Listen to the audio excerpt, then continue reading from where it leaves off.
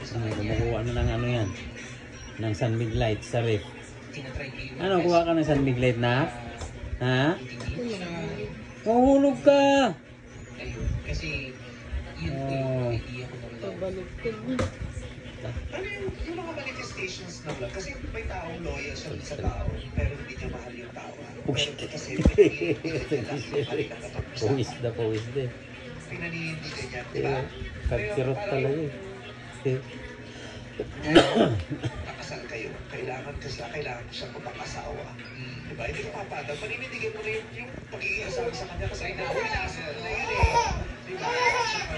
May nasa na pero yung love, yung iba, hindi talaga. Yung manifestation mo lang yung niisip ko siya lagi. Kasi ko siya nakakausap ang mag-isa. Gusto ko siya makita agad. Gusto ko siyang mag-kiss. James! James Rian! Ay, bayarin natin sa kuryente yan, naka. Bayarin natin yan. Ugod ka na ng pasaway. Baby James? Sa presence ni Novi? Hindi kasi, hindi ko kasi kami magkasama. Pero,